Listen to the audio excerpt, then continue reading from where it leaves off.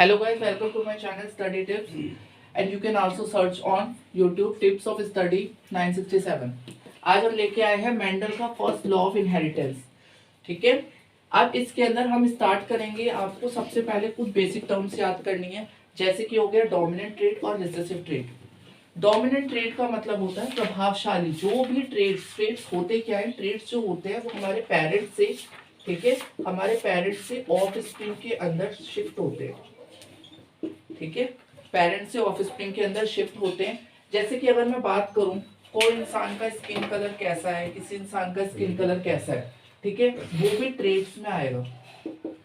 ठीक है, तो अब आपको क्या समझना है, डोमिनेंट ट्रेट क्या होता है। देखो, डोमिनेंट ट्रेट्स वो होते हैं जो प्रभाव दिखाते हैं।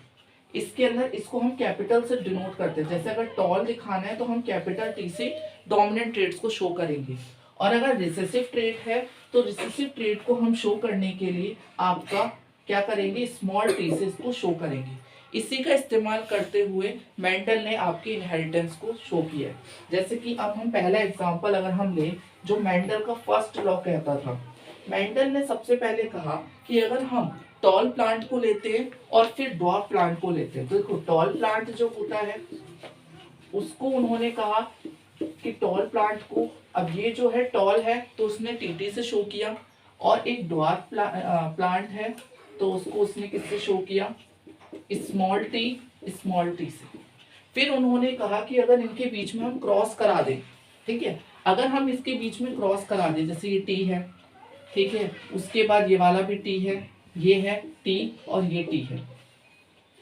अब इसको क्रॉस कैसे कराएंगे, जो पहली बार जब हम कराते हैं उसको बोलते हैं F1 जनरेशन।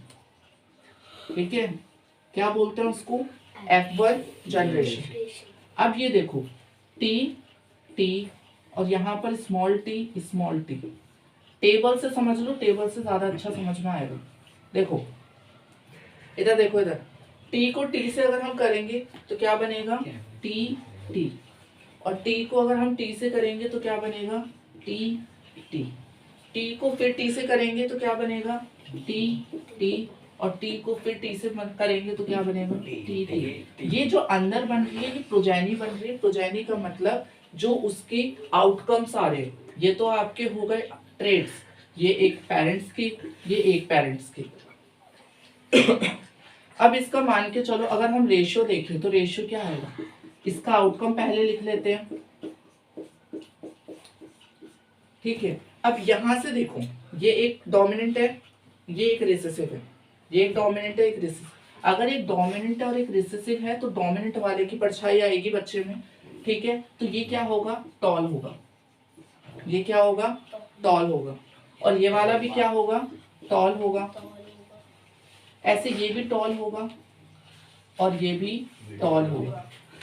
आ रहा है समझ।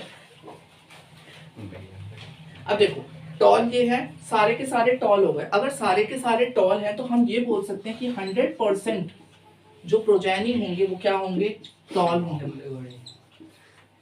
100% प्रोजेनी टॉल होंगे। आ रहा है समझ। हाँ, तो 100% प्रोजेनी जो है वो टॉल होंगे। इतना समझ में आया दीपांशु, इतना समझ में आया। हाँ, तो मेंडल का फर्स्ट लॉ ऑफ इनहेरिटेंस एक बार फिर देख लो। यहाँ पर डोमिनेंट ट्रेट्स बोल रखा है। अगर हम एक टॉल प्लांट को लेते हैं और एक ड्वार्फ प्लांट उसको लेते हैं प्लांट को, तो दोनों के बीच में अगर हम क्रॉस कराते हैं तो F1 जनरेशन जो हमारी होगी उसके अंदर जो प्रोजेनी जितनी भी आएंगी सारी की सारी वो टॉल होंगी। तो 100% प्रोजेनी क्या होंगी, टॉल। इतना समझ में आया। तो यहाँ पर क्रॉस करने का तरीका पता चल गया। ये कैपिटल टी है, ये स्मॉल टी है, ये कैपिटल टी है, स्मॉल टी है, तो ये टी और यहाँ पर इस तरीके से आपका ये सॉल्व हो गया। आया समझ। अब हम करेंगे इसका F2 जनरेशन। ठीक है, अब मेंडल ने कहा कि पहले एक्सपेरिमेंट से तो इतना कुछ आउटकम नहीं आया, क्योंकि सारे के सारे प्रोजेनी जो थी वो 100% ही टॉल थी, तो क्या कभी ड्वार्फ आएगा ही नहीं, तो ऐसा तो हो नहीं सकता है।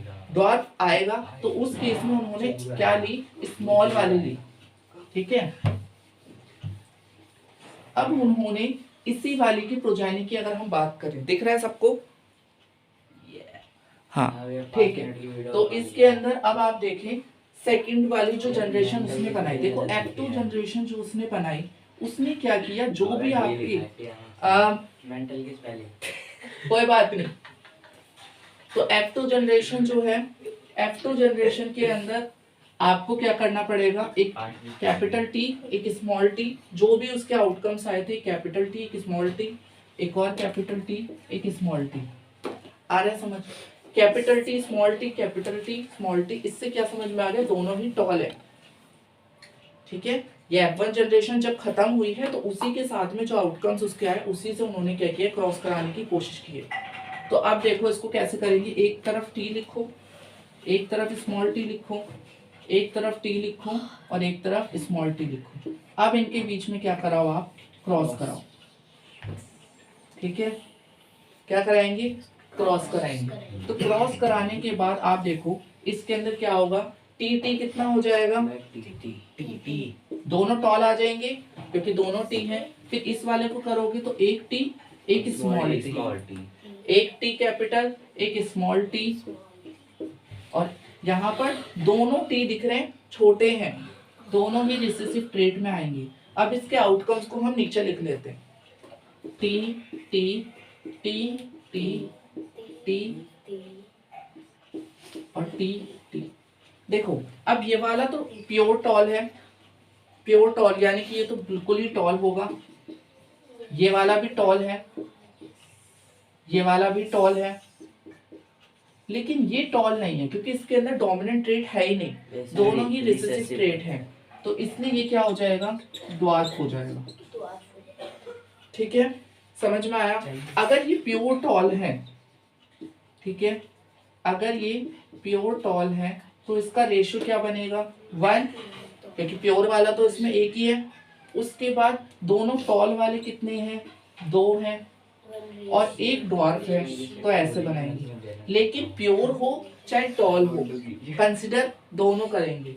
तो जब हम इन दोनों को कंसिडर करेंगे तो ये हो जाएगा आपका 3, 1 और 2 कितने हो जाएंगे, 3 रेशियो में 1, 3:1 इसकी प्रोजेनी आ जाएगी। इसका मतलब, कहने का मतलब ये है 75% जो होती है वो प्रोजेनी कैसी होगी, टॉल होगी। कौन बातें कर रहा है ये, 75% प्रोजेनी टॉल होगी और 25% जो होगी प्रोजेनी वो क्या होगी आपकी, ड्वार्फ होगी। इतना क्लियर हुआ कि मेंडल के एक्सपेरिमेंट जो उन्होंने टॉल और ड्वार्फ प्लांट लिए, उसके अंदर F1 जनरेशन में जो सभी आए थे वो क्या आए थे, टॉल प्रोजेनी आई थी, 100% चांसेस थे। और सेकंड जनरेशन जब उन्होंने उसी की जनरेशन को लेकर किया तो इसमें क्या आपका रिजल्ट निकल कर आया कि 75% प्रोजेनी जो होंगी वो टॉल होंगी और 25% प्रोजेनी क्या होंगी, ड्वार्फ होंगी। तो इसीलिए ये 3:1 आपका मेंडल के फर्स्ट लॉ ऑफ इनहेरिटेंस से एक रेशियो निकलकर सामने आता है। इसको सब नोट कर लें अच्छे से। Okay and thank you for watching.